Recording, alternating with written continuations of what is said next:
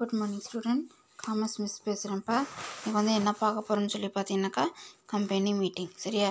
Last கிளாஸில் நம்ம என்ன பார்த்தோன்னு பார்த்தீங்கன்னாக்கா பார்த்தோம் powers and rights of company secretary, அதாவது ரிமூவல் டிஸ்மிஸல் ஆஃப் என்னது கம்பெனி செக்ரட்டரி பார்த்தோம். இப்போ வந்து கம்பெனியோட மீட்டிங் வந்து எப்படி வந்து கண்டக்ட் பண்ணுறது, சரி அதில் வந்து எத்தனை டைப் வந்து இருக்குது அப்படிங்கிறத என்ன பண்ணிக்கலாம் நம்ம வந்து பார்க்கலாம். ஃபஸ்ட்டு என்னன்னு சொல்லி பார்த்தீங்கன்னாக்கா The company meeting must be convenient and held in perfect compliance with the various previous of the act and the rules formed thereunder. It is essential that the business dealt with at the meeting should be validly transacted and not liable to be questioned later due to any irregularity அப்படிங்கிறாங்க. சரி, அதில் வந்து என்ன சொல்கிறாங்கன்னு பார்த்தீங்கன்னாக்கா நிறும கூட்டங்களில் ஒரு நிறுவனத்தின் கூட்டம் என்பது பல வகையான சட்ட விதி கூறுகளுக்கு உட்பட்டு முறையான வகையில் ஒருங்கிணைக்கப்படும் நபர்களின் குழுவை கூட்டம் என்னலாம். சரியா? ஒரு கம்பெனி மீட்டிங்கிறது என்னன்னு பார்த்தீங்கன்னாக்கா பர்ஃபெக்டாக என்ன பண்ணுறாங்க, ஒரு சட்ட விதிகளுக்கு உட்பட்டு என்னது ஒரு ஆர்கனைசேஷனாக ஒரு என்ன பண்ணுறாங்க கோஆர்டினேட்டாக என்ன பண்ணுறாங்கன்னு சொல்லி பார்த்தீங்கன்னாக்கா ஃபார்ம் பண்ணக்கூடியது தான் என்னங்கிறாங்க மீட்டிங் அப்படிங்கிறாங்க. சரி, அதேமாதிரி நபர்களின் குழுவை கூட்டம் என்னலாம். ஒரு நிறுவனம் தனது செயல்பாடுகள் குறித்து பல முடிவுகளை எடுக்க பல வகையான கூட்டங்களை குறிப்பிட்ட கால இடைவெளிக்கு ஒரு முறை கூட்ட வேண்டிய அவசியமாகிறது. ஒரு கம்பெனி என்ன பண்ணுறாங்கன்னு சொல்லி பார்த்தீங்கன்னா தன்னோட பிஸ்னஸ் டீலை வந்து கரெக்ட் பண்ணுறதுக்கு ஒரு குறிப்பிட்ட கால இடைவெளியில் என்ன பண்ணணும், அவங்க வந்து ஒரு மீட்டிங் வந்து அரேஞ்ச் பண்ணுறது ரொம்ப என்னது முக்கியம் அப்படிங்கிறாங்க, ரொம்ப இம்பார்ட்டன்ட் அப்படிங்கிறாங்க. சரியாப்பா? அதே நெக்ஸ்ட்டு பார்த்தீங்கன்னாக்கா என்னன்னு சொல்லிட்டு இதில் வந்துட்டு கைண்ட்ஸ் கொடுத்துருப்பாங்க, கைண்ட்ஸ் ஆஃப் எ கம்பெனி. சரியா? கைண்ட்ஸ் ஆஃப் கம்பெனியில் என்ன கொடுத்துருக்காங்க, under the companies act 2013 company meetings can be classified as under. சரியா? மீட்டிங் ஆஃப் ஷேர்ஹோல்டர், பங்குனர்கள் கூட்டம். பங்குனர்கள் கூட்டத்தில் என்னென்ன கொடுத்துருக்காங்க, statutory meeting, annual general meeting, AGM, extraordinary general meeting, EGM. சரியா? ஏஜிஎம்னா ஆனுவல் ஜென்ரல் மீட்டிங், இனாக்கா எக்ஸ்ட்ராடினரி ஜென்ரல் மீட்டிங். சரியா? அதேமாதிரி பங்குனர்கள் கூட்டத்தில் சட்டமுறை கூட்டம், ஆண்டு பொதுக்கூட்டம், சிறப்பு அல்லது என்னது அசாதாரண கூட்டம் அப்படிங்கிறாங்க. நெக்ஸ்ட்டு பார்த்தீங்கன்னாக்கா meeting of the director, meeting of the இயக்குனர் கூட்டங்கள், போர்ட் மீட்டிங், கமிட்டிஸ் மீட்டிங். சரியா?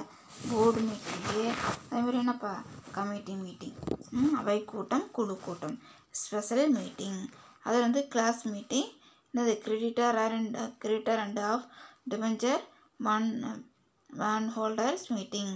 அதேமாதிரி வகுப்பு கூட்டம், கடனீந்தோர்கள் அல்லது கடன் பத்திரதாரர்கள் கூட்டம். சரியா? வகுப்புகள் கிளாஸ் மீட்டிங், அதேமாதிரி கடனீந்தர் அது கிரெடிட்டர், அதேமாதிரி டிபெஞ்சர் பாண்ட்ஸ் ஹோல்டர் மீட்டிங் அப்படிங்கிறாங்க. The following picture show the different types of என்னது கம்பெனி மீட்டிங் அப்படிங்கிறாங்க. ஃபஸ்ட்டு என்ன கொடுத்துருக்காங்கன்னு பார்க்கலாம். கம்பெனி மீட்டிங்கில் என்ன கொடுத்து ஃபஸ்ட்டு ஷேர் ஹோல்டர் மீட்டிங்கில் என்னென்ன வருது, statutory meeting, annual general meeting, extraordinary general meeting. அதேமாதிரி டைரக்டர் மீட்டிங்கில் என்ன வருது, போர்டு மீட்டிங், கமிட்டி மீட்டிங். அதேமாதிரி ஸ்பெஷல் மீட்டிங்கில் என்னதுப்பா கிளாஸ் மீட்டிங், கிரெடிட்டர் மீட்டிங். சரியா? நெக்ஸ்ட்டு பார்த்தீங்கன்னாக்கா இதில் என்னன்னு சொல்லிட்டு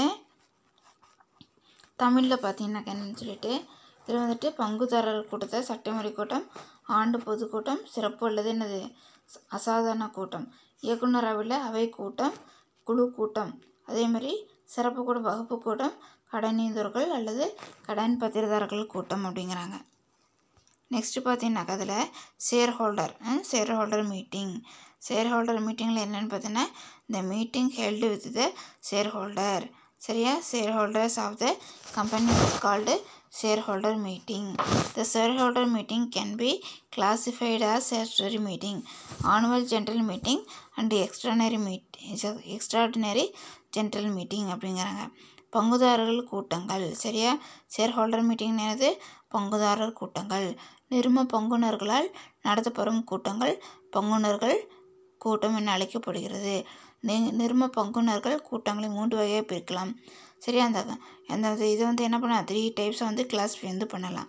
சரியா, ஷேர் ஹோல்டரை வந்து என்ன பண்ணலாம், அவங்க வந்து நடத்தக்கூடிய மீட்டிங்கு பேர் ஷேர் ஹோல்டர் மீட்டிங். ஷேர் ஹோல்டரை கண்டக்ட் பண்ணி அதை நடத்துகிறாங்கன்னா அதுக்கு பேர் என்ன, ஷேர் ஹோல்டர் மீட்டிங். சரியா, அதே எத்தனை டைப்பாக வந்து பிரிக்கிறாங்க, 3 டைப்பாக பிரிக்கிறாங்க.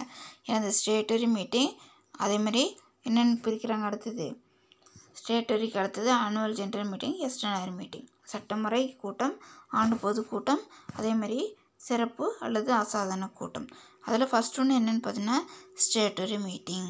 According to companies act, every public company should hold a meeting of the shareholders within 6 months but not earlier than 1 month from the date of commencement of business of the company.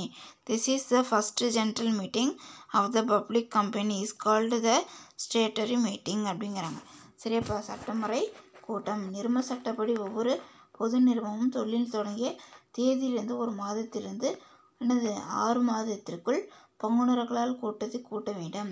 என்னதுப்பா, நிறும சட்டம் company act பிரகாரம் every public company என்ன பண்ணணும்னு சொல்லி பார்த்தீங்கன்னாக்கா, கம்பெனியை வந்து start பண்ண 6 மந்த்துக்குள்ளே வந்து என்ன பண்ணணும், 6 மாதத்துக்குள்ளே அந்த ஷேர் ஹோல்டர் மீட்டிங் என்ன பண்ணணும்னா கம்பல்சரி அவங்க வந்து கண்டக்ட் வந்து பண்ணணும்.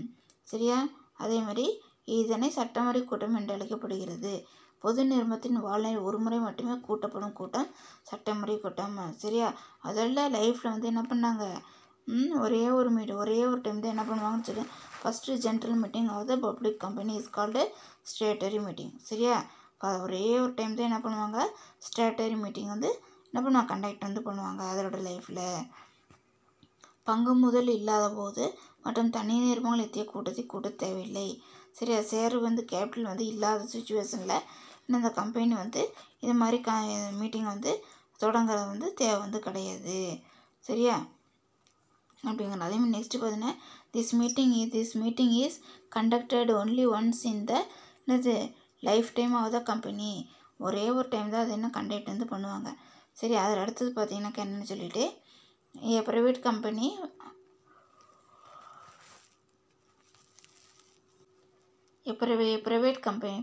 private company or a public company have no share capital need not conduct a statutory meeting. The company gives the circular of the shareholder before 21 days of the meeting. அந்த meeting வந்து conduct பண்ணுறதுக்கு 21 டேஸ்க்கு முன்னாடி என்ன பண்ணிடணும், circular meeting வந்து எல்லாத்துக்கும் வந்து என்ன பண்ணிடனாக்கா அவங்க வந்து அதை வந்து அனுப்பிச்சிடணும் அப்படிங்கிறாங்க. சரியா, நெக்ஸ்ட் என்னன்னு சொல்லி பார்த்தீங்கன்னாக்கா அதில் ஆனுவல் ஜென்ரல் மீட்டிங் AGM